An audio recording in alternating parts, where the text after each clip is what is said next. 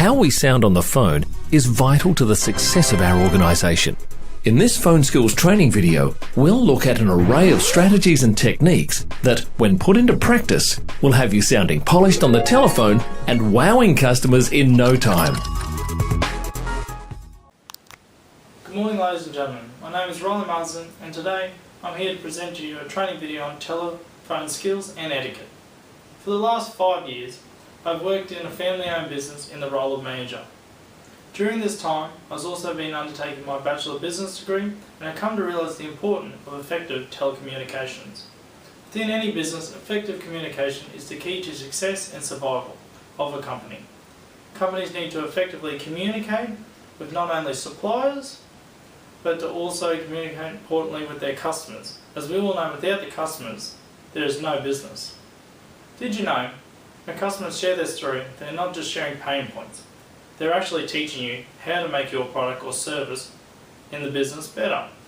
Your customer service organisation should be designed to effectively communicate those issues. This is a fun fact that relates to the effectiveness of good customer service and, most importantly, effective communication. In the wise words of George Bernard Shaw, once said, "The single biggest problem in communication is the illusion that is taking place." Let's think about this. In today's world, the communication via a telephone often fails to take place effectively. This is where my instructional video will assist you with by teaching you how to improve your phone skills and phone etiquette within a business in 5 easy steps, which are answering the call, placing the caller on hold, managing multiple lines, handling difficult callers, and finally closing the call. The importance of ensuring you attain a high skill level when operating a business phone is that it's the first interaction with your company has with the customer, and depending on how well you communicate, it will either make or break the likelihood of gaining a new client and whether that client recommends your company to others.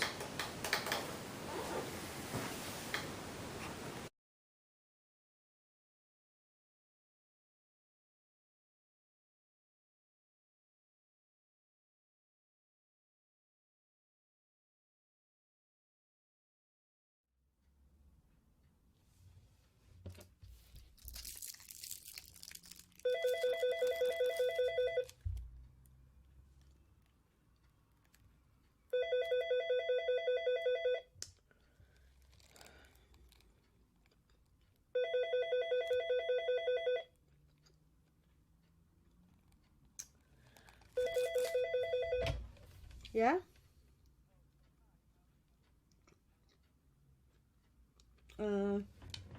She's not here at the moment.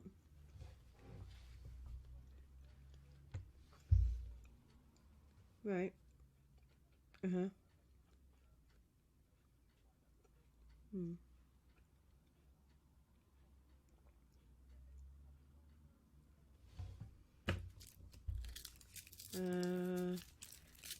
I don't know, just hold on.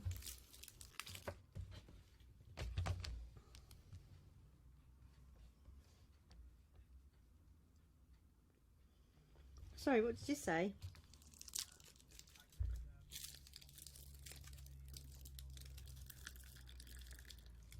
Oh. I'll let Caroline know. Okay.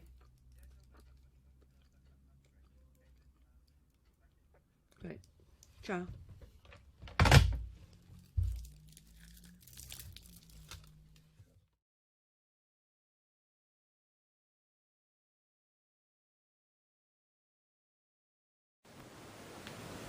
Step 1. Answering the phone call.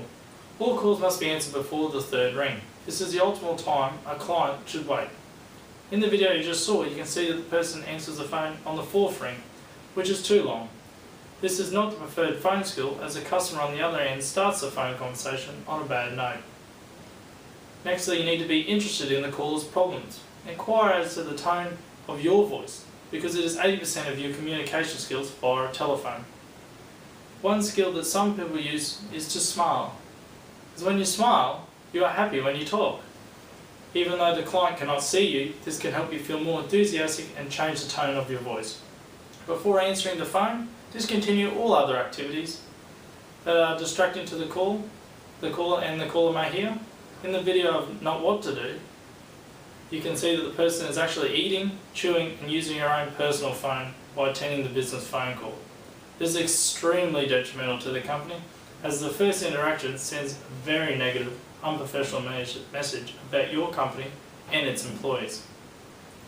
Nextly, when answering the call, use your full name. This sounds professional, with a medium-level, calm, clear voice. You should also identify the organisation that you represent and your department if necessary. In the video, there is no mention of her name or the business she works for, which is not only confusing, but also unprofessional, rude, and not the right way to initiate a phone call. It is an example of a poor skill when answering a phone in business. Nextly, a phrase often used, "good morning," is often seen as an appropriate phrase to start a phone call. However, it is actually unnecessary if you present yourself professionally in the first step.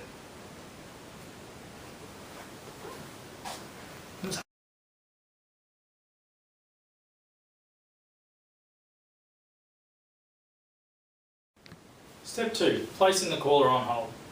Ask for permission to place the caller on hold is the first thing you need to do. When placing a call on hold, ensure that it is not for an extended amount of time, as most callers will just hang up with dissatisfaction if it's too long. Make sure that you utilise the on hold button. Do not place a phone on the table, as the caller may still hear the conversation in the vicinity. This is extremely poor use of phone protocol and portrays an extremely low level of skill for answering a phone in a business. Nextly, check back every 30 to 45 seconds once you have placed a caller on hold. Most business telephone systems have an automatic reminder that the callers are on hold that you can use. If you don't have that, you place the call on hold, you find that it will take longer to predict to get back to them. You must then inform the caller that the time frame has changed and the call will be longer. Once you have got back to the caller that has been placed on hold, you must thank them for their time.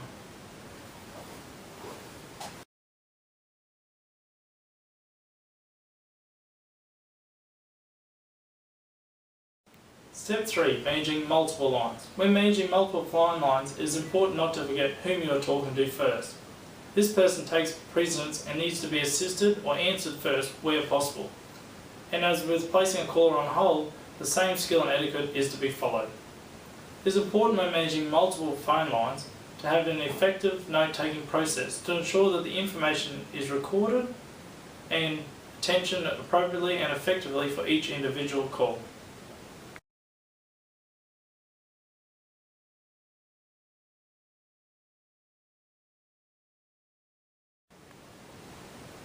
Step 4. Handling difficult calls. If the call is abusive, just remember that they're only frustrated and not angry with you personally. The catchphrase, "the customer's always right," is also appropriate for telephone calls. Throughout an angry or difficult call, it is important to remain positive and calm. Accept any complaints in a polite manner, as this is a way the caller will have less to be agitated about. Control your tone of voice. Stay calm. You need to remain professional in the conflict. Show empathy throughout the call, as this way the caller will feel you understand and appreciate their problem. Listen to what is really being said, as this shows the caller you are interested in and concerned about their problem. Use the caller's name and give your name. Phrase to avoid include, "I don't know what you're talking about." Instead say, "That's a good question, let me find out for you." Another phrase to avoid is, "That's not my department." Instead say, "Let me find someone who can help you." Overall, the main skill when dealing with difficult callers is to remain calm, professional, and to be empathetic to their situation.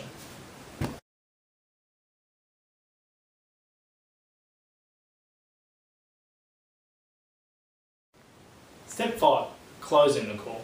Use past tense to signal to the client that the call is nearing its finishing point. State what will become of the call and what you will do. And finally, thank the caller for their time.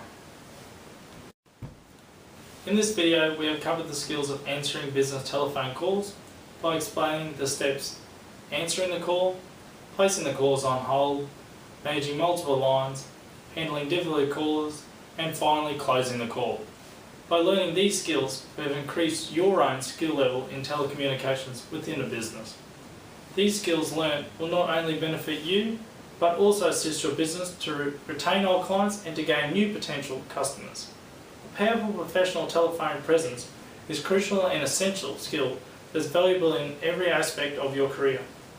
Master these skills and you will give your phone call productivity and confidence and ensure your business is seen as the best in its field. Remember to practice these steps at home or in your office to perfect your telecommunication skills and etiquette. Thank you for your time, and I hope you enjoyed this online skills training video.